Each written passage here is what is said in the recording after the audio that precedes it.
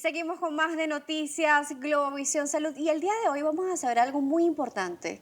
¿Por qué y para qué nos enfermamos? Y para hablar de este tema ya está aquí en el estudio con nosotros Gabriel Roar, él es especialista en bioenergética. Bienvenido, Gabriel. Bien, gracias. Y nos gustaría que nos empezaras definiendo eso, el por ¿Por qué y qué para y qué? para qué nos enfermamos. Justamente cuando escribí el libro, parte del por qué y para qué me enfermo, el por qué tiene mucho que ver con lo que Fritz Perls definía como las porquerías. Son simplemente una suma de excusas o yo te puedo dar una razón clínica. Por ejemplo, tienes deprimido el sistema inmune.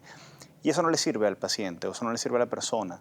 Cuando nos centramos, en mi caso, en el para qué me enfermo, yo me centro en esta función, en esta ganancia ulterior que hay detrás de cada enfermedad. Entonces, mi trabajo básicamente tiene que ver con este equivalente emocional, este componente emocional y este componente además emocional histórico, es decir, qué cosas han pasado en mi vida, cuáles son las relaciones y cómo me están impactando esas relaciones para que yo a nivel inconsciente decida eh, usar a la enfermedad como una excusa noble. En mi experiencia, en estos 20 años que tengo vinculados a la bioenergética, la enfermedad es justamente eso, es la excusa noble que me permite hacer o me permite dejar de hacer o me permite vincularme con alguien o soltar una responsabilidad o en algunos casos un poco más terribles me permite vincularme, me permite castigarme. O sea, ¿para qué me enfermo? Mucha gente cree que me enfermo solamente para que me cuiden o para que me atiendan, para que me den sopita o me den una pastilla. Y no, me enfermo para una gama distinta de cosas. Me enfermo para enmascarar un luto, por ejemplo, y de repente simplemente tengo un resfrío o una rinitis o algo que me El luto genera, no precisamente se tiene que definir por la pérdida física de una persona, claro, sino que existen la muchos pérdida de tipos una de relación, lutos. solté un trabajo que era importante, no logré ganar un proyecto por el cual tenía tantas emociones, pero si yo simplemente salgo llorando cuando me dijeron en este espacio de concurso, mira, no lo ganaste, y salgo llorando, ay, pobrecito, mira cómo se...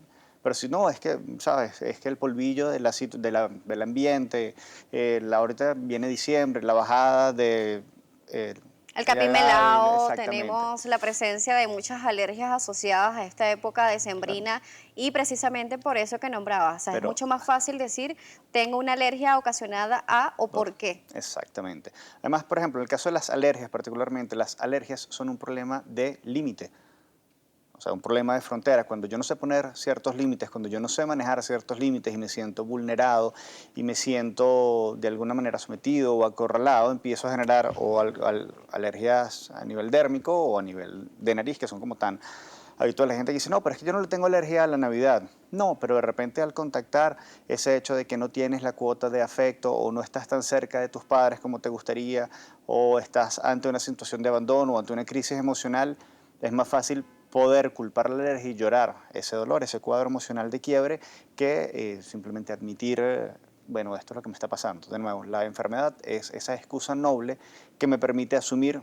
determinados roles y soltar otros roles en determinado momento. Pero la bioenergética está relacionada también a la medicina, a la ciencia en general, Fíjate, ¿cierto? la bioenergética, o sea, lo que se conoce como bioenergética antes era lo que Wilhelm Reich, alumno de Freud, el mejor alumno de Freud, él desarrolla esto que él llama caracteriología y es una forma, un estudio tipificado de cómo, según la historia de vida de cada quien, la persona piensa, actúa y siente. Entonces, como por ejemplo una persona tipo Sancho Panza, que es ese gordito, bajito, fuerte, siente y reacciona distinto a una realidad de lo que lo puede hacer este Quijote, que es este flaco, delgado, alto, fibroso. Y en eso, esta estructura, Reich, en esta descripción de la caracteriología, hace una cuota de tipificación muy específica de qué ocurre a nivel energético, pero de alguna manera también deja ver qué ocurre a nivel de salud.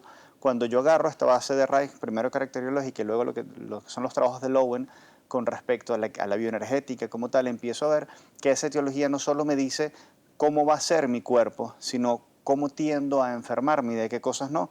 Y yo empiezo a ahondar en ese trabajo de caracteriología y en esa estructura histórico-emocional de cada paciente y empiezo a sumar elementos de epigenética, elementos de psiconeuroinmunología y empiezo a encontrar cuáles son las constantes, lo que se llama bioneuroemoción, y tiene que ver con esta biodecodificación, es decir, qué es lo que pasa a nivel emocional, pero incluso qué es lo que pasa a nivel celular cuando yo siento ciertas cosas, pero cuando pienso con una estructura específica. Entonces también tiene que ver mucho la psicología ahí en ese estudio que ustedes Va realizan, porque internamente de la hacen mano. ese estudio entonces de la persona, tanto en los factores que le puede estar afectando, como bien lo decía anteriormente, y esa dolencia que está manifestando que puede estar ligado o está ligado a la emocionalidad. Claro, es que la dolencia física no aparece sin un quiebre emocional previo.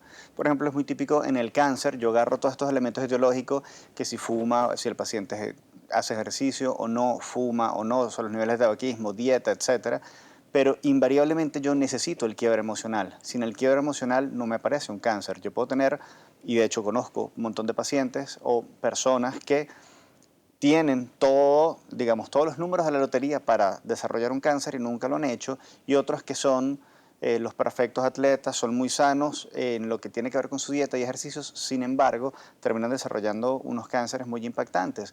Y el único elemento común es ese quiebre emocional. Sin esa emoción, en este caso de desesperanza, no pasa a ver un cáncer como un protagonista en la vida. Estas manifestaciones de quiebre que hay en esas personas, vamos a terminar con esta idea luego para ver cuáles son las manifestaciones de repente más comunes o más visibles en la parte exterior de nuestro cuerpo o dolencias que se manifiestan en ellas. Fíjate, cada persona, en función de esta historia emocional, tiene destrezas distintas. Destrezas, algunas que se evidencian en el cuerpo como destrezas físicas y otras que tienen que ver sobre todo con las destrezas emocionales. Es decir, la misma situación de crisis, la misma situación ansiógena, para algunos es algo terrible y aparece como un desencadenante, para otros es simplemente una situación que ellos aprenden a sobrellevar. Entonces, no es suficiente estar, por ejemplo, ante la pérdida de un ser querido. Yo suelo decir, y es una de las cosas que he aprendido en el tiempo, que los hechos son neutros. No importa eso que esté ocurriendo afuera, no tiene ninguna fuente de valor. O sea, no es ni bueno ni malo por su naturaleza, sino que va a pasar a ser bueno o malo en función del filtro que yo le ponga y en función de cómo yo lo perciba, de ese elemento moral que me va a decir si es o no es, y Por lo eso va a generar menos impacto las o no. personas que tienen enfermedades terminales tipo cáncer, ya que estamos abordando esta patología, que es una de las enfermedades a las que las personas le tienen más miedo, Fíjate, más pánico. el cáncer, desde el punto de vista emocional, es una exigencia, no es una invitación, es una exigencia de nuestro inconsciente para cambiar nuestra forma de vida. Es casi que un factor común. Yo te pudiera decir que todas las personas que han pasado o que están en una condición de cáncer y tienen esta epifanía y dicen, ok, ya vivir o hacer estas cosas que yo he venido haciendo, el cáncer, si yo te lo traduzco en palabras, es hacer más de lo mismo, ya no me sirve. Y hacer más de lo mismo con respecto a qué, bueno, depende de cuál sea el cáncer. O sea, si es cáncer, por ejemplo, de mamas, tiene que ver con esta forma de dar cariño y esta identidad de mujer. Entonces, cómo doy cariño como mujer, o cuello uterino, cómo soy como productiva, o en el caso del hombre, que es muy típico el cáncer de próstata, y tiende a aparecer con mayor frecuencia, por ejemplo, después de que la persona, bueno, termina su parte productiva como hombre, le viene la jubilación. Bueno, entonces yo que me defino como hombre en términos productivos, ya no soy tan productivo, entonces ya no soy tan hombre, perdón, y entonces ataco mi símbolo de hombría. Entonces el cáncer es esta forma de reinventarme. Cuando yo me reinvento y tengo lo que te digo, esta suerte de epifanía, me permito vivir de otra manera y Es me que pasa permito mucho que cuando la persona tiene reencadenar. esta enfermedad terminal, tiene como mucho más ganas de vivir. Esto que tiene que ver con la parte psicológica y emocional. Claro, fíjate que sí y no. Cuando hablamos de esta utilidad del para qué me enfermo, hay un caso que a mí me llamó mucho la atención y fue así, era uno de estos, lamentablemente un señor que había sido, solo servía de mal ejemplo, o sea, era jugador, pendenciero, bebedor, mujeriego, etcétera, y toda la familia se lo reclamaba y a sus 50 y largos años, enferma de un cáncer y de un problema hepático a la vez, y todos los hijos aparecen y lo perdonan y le dicen que es un padre maravilloso, no sé qué, y me dicen, bueno, ahora le estamos dando todo el amor a papá, papá se sana. Y le digo, no, tu papá no se sana. O sea, todos lo perdonaron, todos le acaban de decir que es un padre maravilloso. ¿Tú crees que ese hombre se va a arriesgar a sanar para que lo vuelvan a criticar? Para nada, él muere y muere feliz. Efectivamente, murió a los 3 días y murió feliz. ¿Por qué? Porque la enfermedad le fue esa herramienta que permitió su redención, que de otra manera no lo hubiera conseguido. Sí, por eso es que decía también que cada una de las personas la manifiestan de maneras diferentes y también Claro, lo viven de manera diferente. En este totalmente. caso de este hombre, pues esa era pues la función de, Además, era un de esta poco, enfermedad. el cáncer a su vez era una forma de castigo, ¿no? O sea, él sabía que efectivamente había abandonado a los hijos y que era una persona que tenía muchos elementos criticables desde el punto de vista moral y desde el punto de vista emocional. Entonces eso, el cáncer en este caso, incluía una cuota de castigo, o así lo vivía esta persona, pero le permitió la redención. Entonces termina siendo algo maravilloso. Y fue un cáncer muy, muy corto, muy fulminante.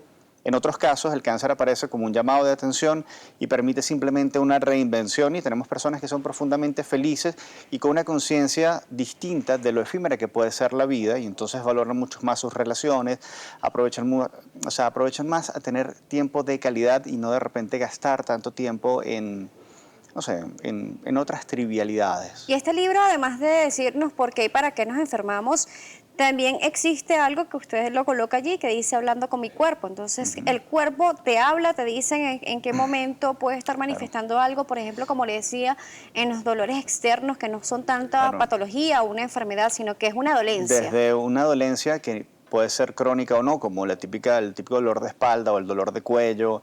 ¿Qué significa que te duela la espalda? Por ejemplo, el dolor de espalda en la parte alta está muy vinculado a este elemento de cargarme las responsabilidades, lo que llama el complejo de Atlas, ¿no? Todas estas responsabilidades que me he hecho al hombro, pero tiene que ver también con la rabia. El circuito de la rabia lo componen los brazos, hombros, trapecio y el maxilar inferior. Por eso yo cuando tengo rabia peleo o peleo con la boca.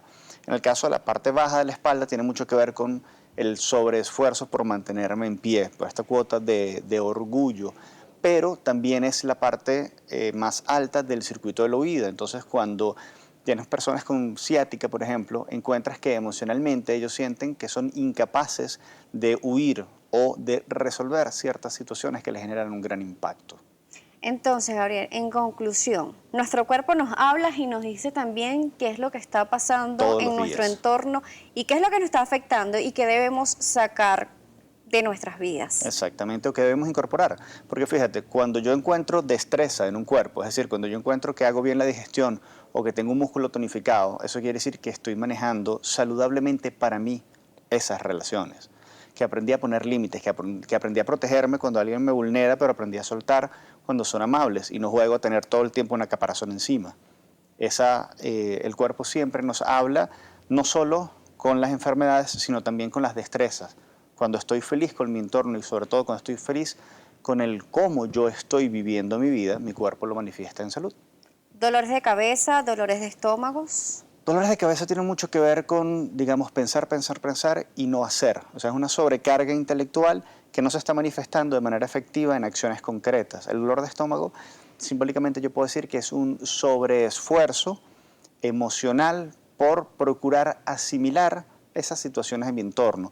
Y si esas situaciones en mi entorno además se vuelven, en mis términos o en mi manera de entender, violentas y agresivas, seguramente yo tenga eso convertido no solo en una acidez, sino de repente en una gastritis o en una úlcera estomacal o en una úlcera duodenal, dependiendo del nivel de profundidad o el nivel de sobreesfuerzo que yo haga para asumir y asimilar esa realidad. Gabriel, esas personas que nos están viendo en este momento y quieren saber más de por qué, para qué nos enfermamos y además de cómo habla nuestro cuerpo, ¿cómo pueden hacer para comunicarse contigo? Me pueden contactar por mis redes, @GabrielRoar, en Instagram, en Twitter, o pueden buscarme en la página www.gabrielroar.net y con gusto les atiendo sus inquietudes. Le agradecemos al día de hoy, Gabriel, por habernos hablado un poco de bioenergética y de cómo es ese comportamiento de nuestro cuerpo con relación a las patologías, enfermedades o dolencias que se están manifestando y que, bueno, siempre va a estar de la mano con lo que es el especialista médico, claro, con todo lo que es los tratamientos que se van a hacer, pero también es importante hacer una retrospectiva y saber qué es lo que nos está pasando a cada uno de nosotros. Nosotros con esta vamos a terminar por el día de hoy, recordándoles que nos puede seguir a través de nuestra cuenta @salud_gb, también nos puede seguir a través de todas las redes sociales como @globovisión y ver todas las entrevistas que hacemos nosotros aquí de lunes a viernes en www.globovision.com en la sección de salud. Será hasta una próxima oportunidad.